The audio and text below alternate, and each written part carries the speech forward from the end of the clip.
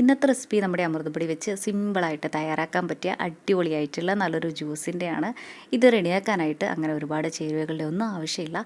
എളുപ്പത്തിൽ തന്നെ നമുക്കിത് തയ്യാറാക്കാൻ പറ്റും കേട്ടോ. അപ്പോൾ നമുക്ക് എങ്ങനെയാണ് ഈസി ആയിട്ടുള്ള ഈ ഒരു ജ്യൂസ് റെഡിയാക്കുന്നതെന്ന് നോക്കാം. ഇതിനായിട്ട് ആദ്യം നമുക്ക് എടുക്കേണ്ടത് അമൃതംപൊടി തന്നെയാണ്. ഞാനിവിടെ 1/4 കപ്പ് അമൃതംപൊടിയാണ് കേട്ടോ എടുത്തിട്ടുള്ളത്. ഇതിന് നന്നായിട്ടൊന്ന് ഡ്രൈ റോസ്റ്റ് ചെയ്തിട്ട് എടുക്കാം. ലോ ടു മീഡിയം ഫ്ലെയിമിൽ വെച്ച് കണ്ടിന്യൂസ് ആയിട്ട് ഇളക്കി കൊടുക്കാം. ഹൈ ഫ്ലെയിമിലൊന്നും ഇടരുത് കേട്ടോ. ഹൈ ഫ്ലെയിമിൽ വെച്ചാൽ പെട്ടെന്ന് തന്നെ ഇത് കരിഞ്ഞു പോകും. 2-3 മിനിറ്റൊക്കെ കഴിയുന്ന സമയത്ത് നമ്മുടെ അമൃതംപൊടിയൊക്കെ മൂത്താൽ നല്ലൊരു സ്മെല്ല് വരും. അതുപോലെ അമൃതംപൊടിയുടെ കളറും ചെറുതായിട്ടൊന്ന് മാറിയിട്ടുണ്ടാവും. നമ്മുടെ ചാനലിൽ അമൃതംപൊടി വെച്ചിട്ട് കുറേ നല്ല റെസിപ്പീസൊക്കെ ഉണ്ട്. കണ്ടിട്ടില്ലെങ്കിൽ ഒന്ന് കണ്ടു നോക്കണേ. അതുപോലെ നമ്മുടെ ഈ ചാനൽ ആദ്യമായിട്ടാണ് കാണുന്നതെങ്കിൽ സബ്സ്ക്രൈബ് ചെയ്യാനും മറക്കല്ലേ. ഈ ഒരു പാകമായാൽ മതി. ഇനി നമുക്ക് ഫ്ലെയിം ഓഫ് ചെയ്യാം. ഫ്ലെയിം ഓഫ് ചെയ്ത് കഴിഞ്ഞാൽ അപ്പോൾ തന്നെ ഇത് വേറൊരു പാത്രത്തിലേക്ക് മാറ്റാനായിട്ട് ശ്രദ്ധിക്കണേ.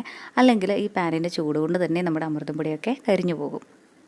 ഇനി അടുത്തതായിട്ട് നമ്മുടെ ഈ ഒരു ജ്യൂസ് റെഡിയാക്കാനായിട്ട് മിക്സിയുടെ ജാറിലേക്ക് 2 കപ്പ് നല്ലോണം തണുപ്പിച്ചെടുത്തിട്ടുള്ള പാലാണ് കേട്ടോ ചേർക്കണത്. നമുക്ക് പാക്കറ്റിൽ കിട്ടണ പാലില്ലേ, അതെല്ലാം തന്നെ പാസ്ചറൈസ്ഡ് മിൽക്കായിരിക്കും. നമുക്കത് തിളപ്പിച്ചെടുക്കേണ്ട ആവശ്യമില്ല. പക്ഷെ നമ്മൾ വീടുകളിൽ നിന്നൊക്കെ വാങ്ങിക്കണ പാലാണ് എടുക്കുന്നതെങ്കിൽ അത് നല്ലപോലെ തിളപ്പിച്ച ശേഷം വേണം കേട്ടോ തണുപ്പിച്ചെടുക്കാനായിട്ട്. ഇനി ഇതിലേക്ക് നമ്മൾ നേരത്തെ റോസ്റ്റ് ചെയ്ത് മാറ്റി വെച്ചിട്ടുണ്ടായിരുന്ന അമൃതംപൊടിയില്ലേ, അത് കൂടെ ഇട്ട് കൊടുക്കാം. കൂടെ തന്നെ നമ്മുടെ ഈ ജ്യൂസിന് ഒന്നും കൂടെ നല്ല ടേസ്റ്റ് കിട്ടാനായിട്ട് 2 ബിസ്ക്കറ്റ് ഞാൻ ഇങ്ങനെ ഒന്ന് പൊട്ടിച്ചിട്ട് കൊടുക്കുന്നുണ്ട്. ഏത് ബിസ്ക്കറ്റ് എടുത്താലും കുഴപ്പമില്ല. ഇനി ഇതിലേക്ക് ചേർക്കുന്നത് 1/4 കപ്പ് കണ്ടൻസ്ഡ് മിൽക്കാണ്. കണ്ടൻസ്ഡ് മിൽക്കും കൂടെ ചേർക്കുവാണെങ്കിൽ നമ്മുടെ ഈ ജ്യൂസിന് ഒന്നും കൂടെ നല്ല ടേസ്റ്റ് ഉണ്ടാവും. ഇതില്ലെങ്കിലും കുഴപ്പമൊന്നുമില്ല. ഇതിന് പകരം ബിസ്ക്കറ്റ് കുറച്ച് കൂടുതലായിട്ട് ചേർത്താലും മതി. ഇനി ഇതിലേക്ക് മധുരത്തിനായിട്ട് 2 ടീസ്പൂൺ പഞ്ചസാരയാണ് കേട്ടോ ചേർക്കുന്നത്. നമ്മൾ ഈ ചേർത്തിട്ടുള്ള ബിസ്ക്കറ്റിലും കണ്ടൻസ്ഡ് മിൽക്കിലും ഒക്കെ നല്ല മധുരം ഉണ്ടാവും. അപ്പോൾ മധുരമൊക്കെ നമ്മുടെ ടേസ്റ്റിനനുസരിച്ചിട്ട് നോക്കിയിട്ട് വേണം കേട്ടോ ചേർക്കാനായിട്ട്. ഇനി ഇതിലേക്ക് ചേർക്കുന്നത് വലിയൊരു ക്യാരറ്റ് നല്ലപോലെ വേവിച്ചെടുത്തിട്ടുള്ളതാണ്. സാധാരണ നമ്മൾ കുട്ടികൾക്കൊക്കെ ക്യാരറ്റ് കൊടുത്തു കഴിഞ്ഞാൽ കഴിക്കാനായിട്ട് നല്ല മടിയായിരിക്കില്ലേ. പക്ഷെ നമ്മൾ ഇതുപോലെ ജ്യൂസായിട്ട് കൊടുത്തു കഴിഞ്ഞാൽ അവരത് ഇഷ്ടപ്പെട്ട് തന്നെ കുടിക്കും കേട്ടോ. ഇനി ഇത് നല്ലപോലെ ഒന്ന് അടിച്ചെടുക്കാം.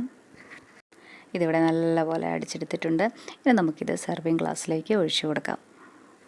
നല്ല ടേസ്റ്റി ആയിട്ടുള്ള ജ്യൂസാണ് കേട്ടോ ഇത്. കുട്ടികൾക്കും വലിയവർക്കും എല്ലാവർക്കും ഒരേപോലെ ഇഷ്ടമാകും. ഇനി ഇതിൻ്റെ മുകളിലായിട്ട് കാണാനായിട്ടൊരു ഭംഗിക്ക് വേണ്ടിയിട്ടും ഈ ജ്യൂസ് കുടിക്കുന്ന സമയത്തൊന്ന് കടിക്കാൻ കിട്ടാനായിട്ടും കുറച്ച് വേവിച്ച ചൗരിയും കൂടി ഇട്ട് കൊടുക്കുന്നുണ്ട്. ഇത് തികച്ചും ഓപ്ഷണലാണ് കേട്ടോ. കയ്യിലുണ്ടെങ്കിൽ മാത്രം ചേർത്താൽ മതി, ഇല്ലെങ്കിലും ഒരു കുഴപ്പമില്ല. നല്ല ടേസ്റ്റി ആയിട്ടുള്ള ഈ ഒരു ജ്യൂസ് ഇഷ്ടമായി കഴിഞ്ഞാൽ ഒരു പ്രാവശ്യം ഒന്ന് തയ്യാറാക്കി നോക്കണേ. എന്നിട്ട് അഭിപ്രായം പറയാൻ മറക്കല്ലേ. താങ്ക്